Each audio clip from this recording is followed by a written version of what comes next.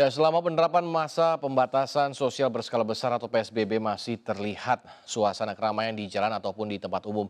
Terlebih banyak masyarakat yang masih tidak menaati aturan PSBB serta tidak menerapkan protokol kesehatan. Hal ini seolah menunjukkan bahwa kedisiplinan masyarakat Indonesia masih berada di bawah masyarakat negara lainnya. Dan untuk membahas lebih lanjut terkait masyarakat dan kedisiplinan PSBB, saat ini kita telah terhubung dengan Bapak Kamaludin Latif selaku ahli epidemiologi. Selamat sore Pak Kamal. Selamat sore. Pak Kamal, nampaknya PSBB di beberapa daerah masih belum berjalan optimal. Titik kemacetan dan keramaian masih terlihat dan protokol kesehatan seakan diabaikan. Apakah ini indikator bahwa minim kedisiplinan di PSBB ini?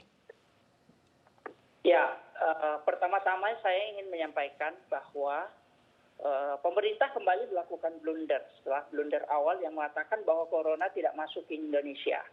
Sekarang sebetulnya kita sudah berhadapan dengan tsunami. Kita berhadapan dengan tsunami itu ada di depan mata kita. Ini semua sudah diprediksi ketika kita melihat situasi dan dampak dari kejadian yang sekarang ini terjadi karena memang narasi yang dibangun oleh pemerintah itu sebetulnya narasi yang memberi isyarat kepada masyarakat yang memberikan misalnya kita harus berdamai dengan COVID-19. Ya. Ada kata kita bisa hidup berdampingan. Bagaimana transportasi dilonggarkan oleh Menteri Perhubungan. Ini kemudian ditafsirkan beragam oleh masyarakat kita. Masyarakat kemudian menjadi longgar dalam menjaga kedisiplinan PSBB. Saya setuju. Apa yang terjadi di Pasar Tumpah Ruah di Bogor yang disampaikan tadi. Kemudian keramaian di Surabaya, Kabupaten Bandung, di Kalimantan Timur misalnya. Itu semua terjadi oleh karena lemahnya pelaksanaan PSBB yang dibangun oleh pemerintah. Oke. Itu menurut saya. Oke, nah bicara soal PSBB yang ideal menurut Anda sebagai seorang epidemiolog, seperti apa sih? Ya, ketika kita bicara PSBB ini kan dibangun dari konsep karantina. Pelaksanaan karantina sendiri sebetulnya PSBB yang kita bangun itu ambigu oleh karena kita ingin melaksanakan lockdown atau seperti apa. Jadi yang ideal adalah kita sudah membuat, Kemenkes misalnya sudah membuat regulasi itu dilakukan, itu dilaksanakan.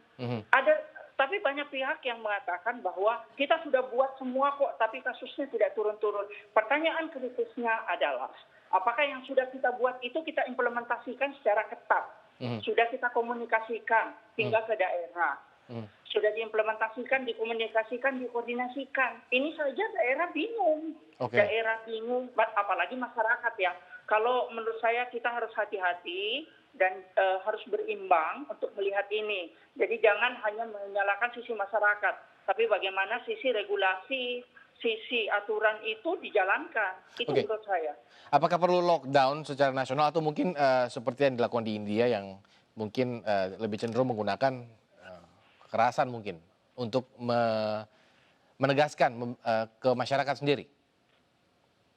Kalau kekerasan saya pikir tidak ya, tapi ciri masyarakat kita itu unik, bangsa kita itu beragam, penduduk kita banyak, variasi pendidikan, variasi pengetahuan, kemudian compliance, kedisiplinan, itu sebetulnya opsi itu bisa diambil, artinya kita harus melakukan lockdown kalau memang diperlukan. Masyarakat kita ketika ada di luar misalnya, di Singapura, di Jepang, yang berangkat ke sana itu bukan notabene masyarakat yang pendidikan tinggi loh Mas, ada tenaga kerja kita. Tapi ketika tiba di sana mereka sangat disiplin. Tapi ketika kembali ke sini, masih di masyarakat, masih di bandara saja, kembali lagi kita menjadi seperti ciri kita. Itu yang menurut saya harus kita ubah gitu. Dan ini bisa. Lockdown bisa dilakukan kalau memang diharuskan. Kalau tidak, siap-siap saja. Kasus itu kita tidak mendoakan, tapi kasus itu bisa naik secara signifikan setelah Lebaran. Oke, ini kan ada pertimbangan yang dilematis antara sektor kesehatan dan ekonomi terkait dengan PSBB atau mungkin dilonggarkan PSBB. Kira-kira hingga kapan menurut Pak Kamal PSBB ini atau mungkin ya semi lockdown lah diberlakukan di Indonesia? Ada keilmuan epidemiologi di situ. kita Ya. bisa lihat bagaimana tren kasus dan kurva epidemiologi. Apakah sudah ada penurunan misalnya. Ya. Itu bisa kita pelajari, bisa kita lihat. Dan ada banyak ahli di Indonesia. Itu bisa kita dengar. Kapan momentumnya, kapan kita lakukan. Dan ketika kita bicara tentang ekonomi, saya pikir dalam para ahli ekonomi pun masih ada perdebatan. Bahwa ketika manusia dibandingkan dengan ekonomi, mana yang harus kita pilih? Ahli ekonomi, peraih Nobel dari India mengatakan bahwa investasi ekonomi, percepatan ekonomi, kemajuan ekonomi tanpa mempertimbangkan sumber daya manusia itu tidak akan pernah bisa sustain dalam jangka panjang. Itu Oke. menurut saya. Oke, terakhir apakah Anda menilai perlu adanya sanksi yang berat mengingat ini kuncinya nih ketidakdisiplinan masyarakat terkait PSBB dan mungkin tegasan pemerintah dalam melakukan aturan. Perlu sanksi berat kak kira-kira? Ya, saya pikir kita semua harus belajar dari sejarah. 1918 ketika Spanish flu menyerang Indonesia. Itu banyak literatur mengatakan bahwa ada 5 juta kematian terjadi di Indonesia. 5 juta. Dan lebih dari 1/4 penduduk Madura itu hilang.